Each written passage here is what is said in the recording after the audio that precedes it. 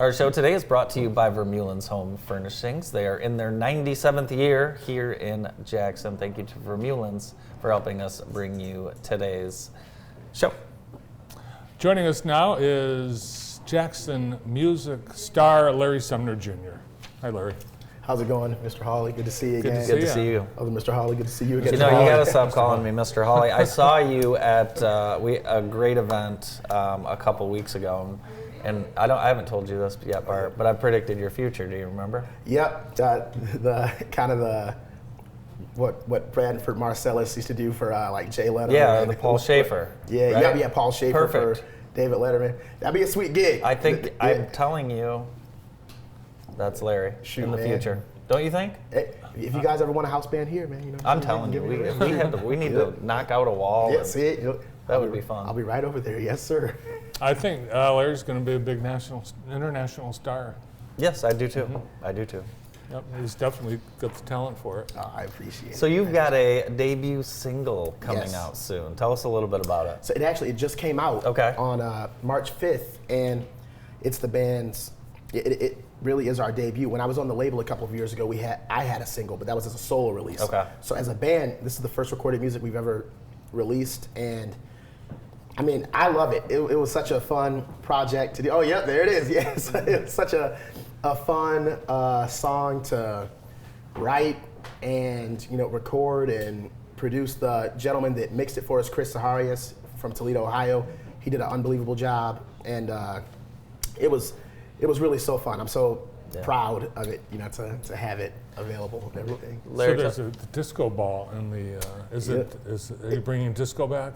It's not really disco, but it's a little dancey. You can jam to it if you really want to. Yes, it's a super fun song, and How can people find it? How can people find it? It's available everywhere. Everywhere. So iTunes or Apple Music, Amazon Music, Pandora, Spotify, YouTube.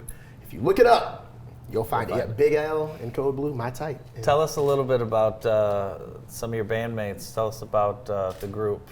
So the current incarnation and hopefully last incarnation, Big L and Code, we've gone through a lot of great musicians in our run, but we have Duncan Tarr on bass, and the dude's unbelievable.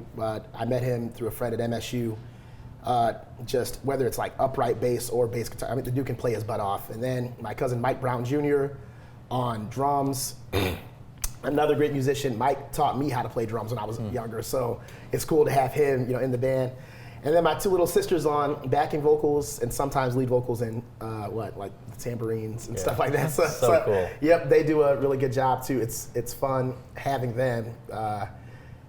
It's fun having them when they aren't being so little sisterish, because like one's 8 years younger than me, and one's 12 years younger than me. So occasionally we run into a little regular sibling, spat, even though I'm 20, I'm too old to be going through that. But it's all right.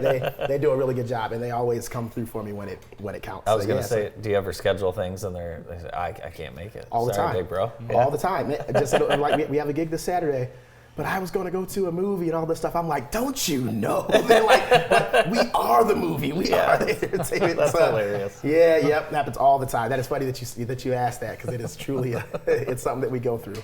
Well, your mom's been in some of your performances too. Yep. She sings with us. And my mom, in terms of me and my sisters, taught us, all three of us, how to sing. So I was just watching a video this morning of us. Those two sisters weren't even born, but it was me and my other sisters in choir rehearsal, like back in 2003, and my mom's directing the choir. So that's 20 years ago. Whew. Wow. Jeez. But so, man, we've been at it for a little while. Yeah, our mom has definitely been a huge influence in what we do. So you have a gig this Saturday?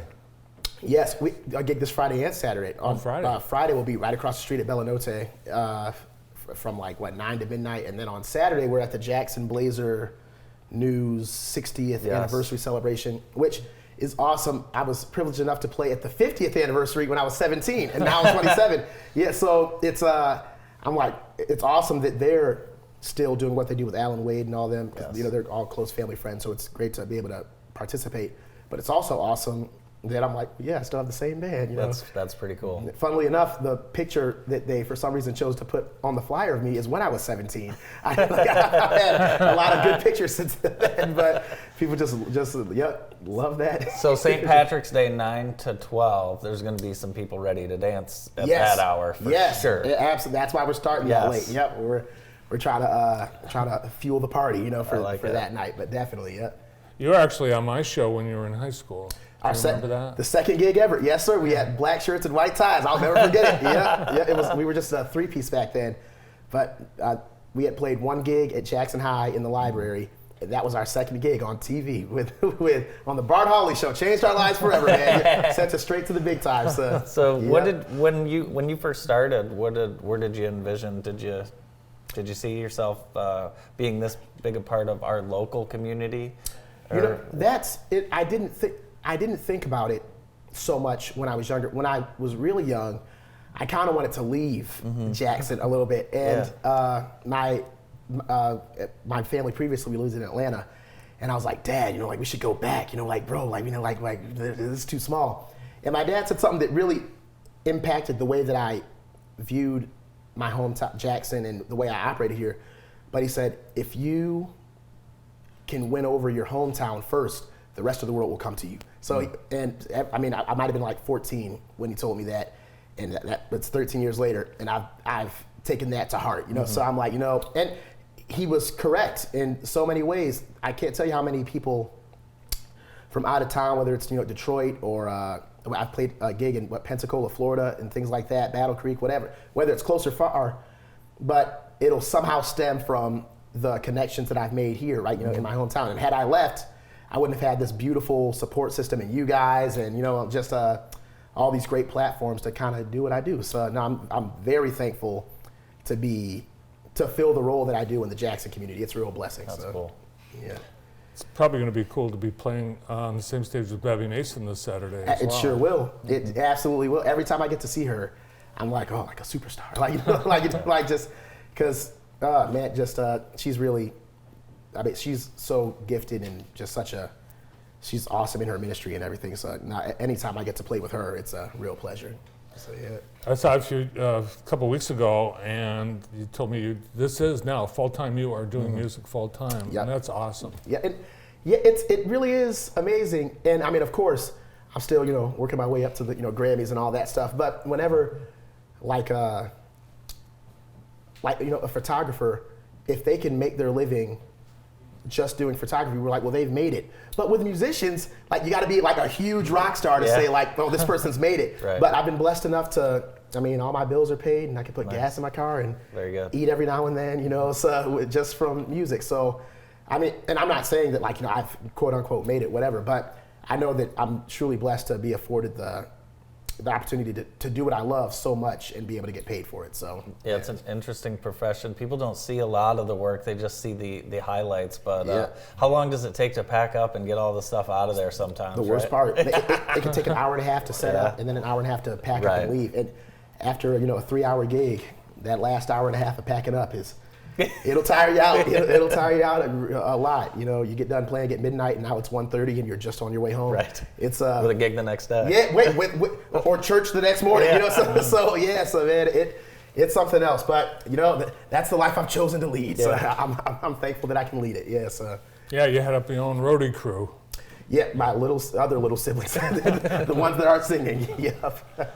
Well, I'll encourage people to see Larry at his next gigs, Bella Notte Friday night, right to midnight, and then Saturday night at the Jackson Blazer News 60th anniversary celebration. And you're all welcome to go to both as well. Yes, you are. Yes, you are. Well, have a great weekend. And thank you. So thank you for having me on. I really appreciate it, you guys. Yeah, and check out Larry's new single. As the band is first. Yep, very first debut. My Type. My Type. Big L and Code Blue. Hope you all like it. Thanks, Larry. Oh, thank you. Larry Sumner Jr., the morning show continues after this.